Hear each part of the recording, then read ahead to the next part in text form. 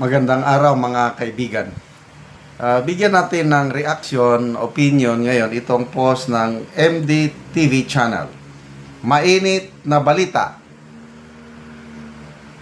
Catanduanes Congressman agaw buhay matapos salantain ng bagyo ang kanilang bayan. Ayon sa ulat, biglang rumagasa ang tubig habang papauwi ang naturang mambabatas sa kanilang bahay. Ayon sa report ng driver, hindi niya namalayan na may butas na malalim ang kanyang tinatahak dahil sa lakas ng agos ng tubig. November 9, 2025. May ipinakitang picture, kaya lang wag ko na ipakita dahil nag-research ako, pinasa ko ang mga comments, parang alanganin. Walang pangalan, walang detalye. Walang confirmation sa mainstream media. Kaya ako, kung totoo ito hindi, most likely hindi totoo. Huwag tayong maglaro ng ganitong post o magbalita kasi buhay ang nakataya. Na-attract lang ko na basahin kasi nga congressman, di ba? Sila yung sentro sa akusasyon. Hindi naman lahat ng congressman masama. May mga mabubuting congressman. Yan ang paniniwala ko. Example, sina Congressman Leandro Libiste, Congressman Kiko Barsaga, Congressman Toby Chanco, Congressman Albi Binetes, Congressman Edgar Erese, Congressman Onga, Pulong, marami, hindi naman lahat. Kaya lang, ang speculation ng mga tao, nagkaroon tayo ng problema sa corruption sa flood control project dahil sa mga mambabatas, dahil sila ang pasimuno. So, ulitin ko walang na-research ko, walang balita sa mainstream media, lalo na sa kung yung mga ganito, mabilis ang mga radio station, Radyo Bombo, DCRH, yung mga RMN, ibabalita yan. Wala namang balitang ganyan, kaya alanganin to, I don't know. Baka umuwi lang, na-stranded, baka gano'n, sinabing agaw buhay na. Anong ibig sabihin ng agaw buhay? But anyway, ito lang masasabi ko, yung karma. Gumawa ka ng masama, aani ka ng masama. Gumawa ka ng mabuti, aani ka rin ng mabuti. Ganyan lang yan. Kaya, itong mga mambabatas na talagang nasangkot o may ginawang kalokohan, nagnakaw ng pera ng taong bayan, hindi sila tatantanan ng karma. Wala silang darating ang panahon kung makalusot man sila sa hustisya ng tao. Kasi nga walang walang ebidensya. Nahina. Lusot sila. Remember, merong Diyos. God is a God of justice. Balang araw, haharap tayo sa hukuman ng Diyos.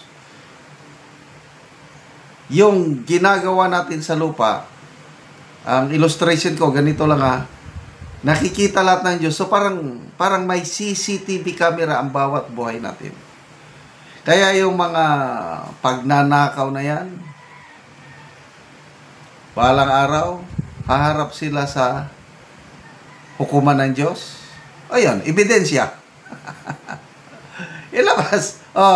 Kitang-kita yung mali-malitang pera. Naka-CCTV.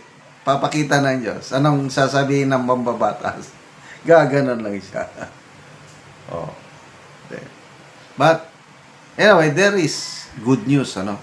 Lahat po tayo makasalanan. Nagnakaw ka ng bilyones, okay, nagnakaw ka lang ng 1,000, parehas lang na kasalanan yan. Basta kasalanan, yung i-disobey mo ng Panginoon, kasalanan na yan. Kaya lang, dahil ang Diyos is God of mercy, God of love, and at the same time, God of justice, yung hustisya at sa kaawa ng Panginoon natupad lahat sa krus. We are supposed to die. We are supposed to go to hell because we deserve it, because we are sinners. But God, because He is a God of justice, someone has to pay yung parusa para magkaroon ng hustisya. Kaya ang naparusahan ang Panginoong Hesus. Ako napatawad ng aking kasalanan dahil sa ginawa ng Panginoong Hesus sa krus when He said, "It is finished." Hanging on the cross. And then namatay siya. Was buried. After 3 days, He rose again. Yun. It is finished. Na nagkaroon na ng hustisya dahil nabayaran na yung kasalanan ko. At nagkaroon ng mercy, compassion, love, grace ng Panginoon. So, napatawad na ako, napatawad ka na rin. Basta ang gawin mo lang ngayon is A, B, C. Ano yung A? Accept that you are a sinner. B, believe. Maniwala ka na namatay at nabuhay muli ang Panginoong Hesus para sa kapatawaran ng iyong kasalanan. And C, commit. Surrender your lives to the Lordship of Jesus Christ. And at the time of our death, we can all go back to heaven. At the judgment seat of Christ, ang hatol is guilty.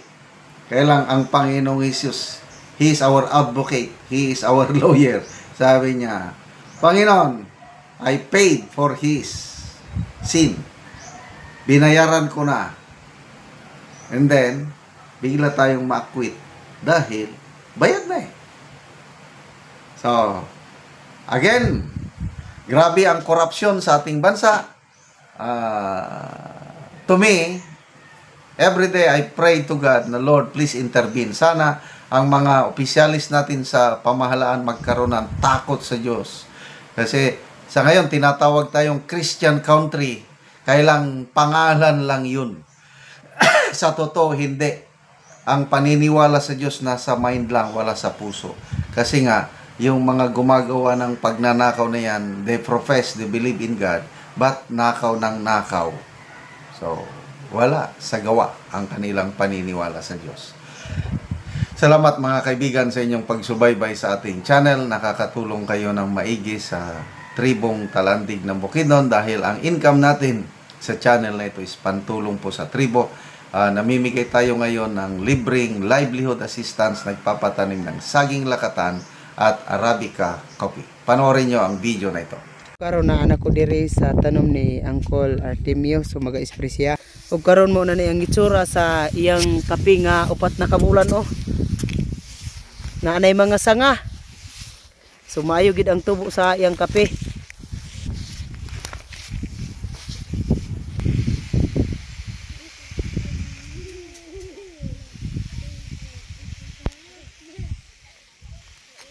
Taglabong sar.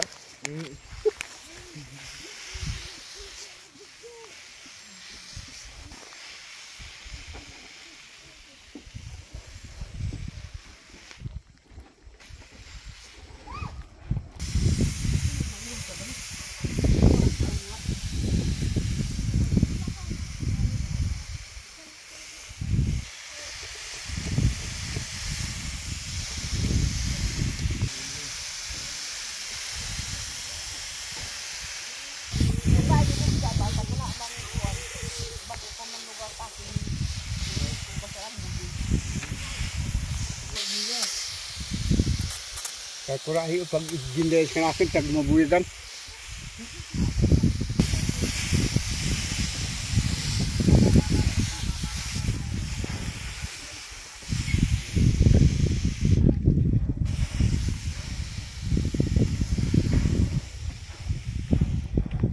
Salamat kay Ginoo nag sa Ginoo sa panalangin og Ginoo sa pagtabang sa pagtanom og kape. Salamat sa Ginoo sa nag-sponsor kay kung wala siya wala gid akong kapiganihan nga gamay og Ginoo. Karong salamat nga naa ug so nagpunang panalangin kay sa nag-sponsor tabang sa Ginoo. Panalangin niyo sa mag-sponsor nga di Ginoo maghatag og dugang lugay si kinabuhi, maghatag pa dugang og Ginoo pagtabang sa makatawan nga nakita niya nga nagakalisod siya makanamo. Salamat.